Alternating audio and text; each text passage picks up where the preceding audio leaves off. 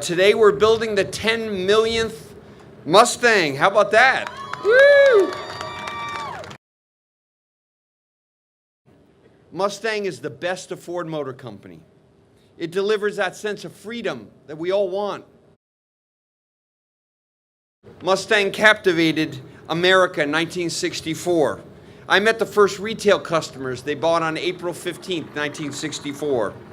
It was debuted at the World's Fair. We put it at the top of the Empire State Building. It's the best-selling sports car anywhere in the world.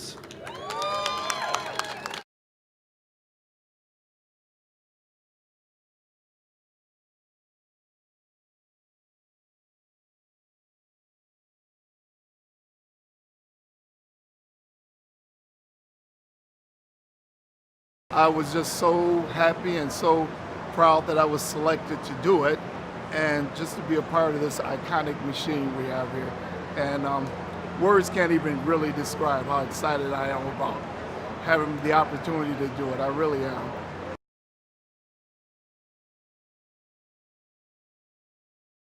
American made, iconic.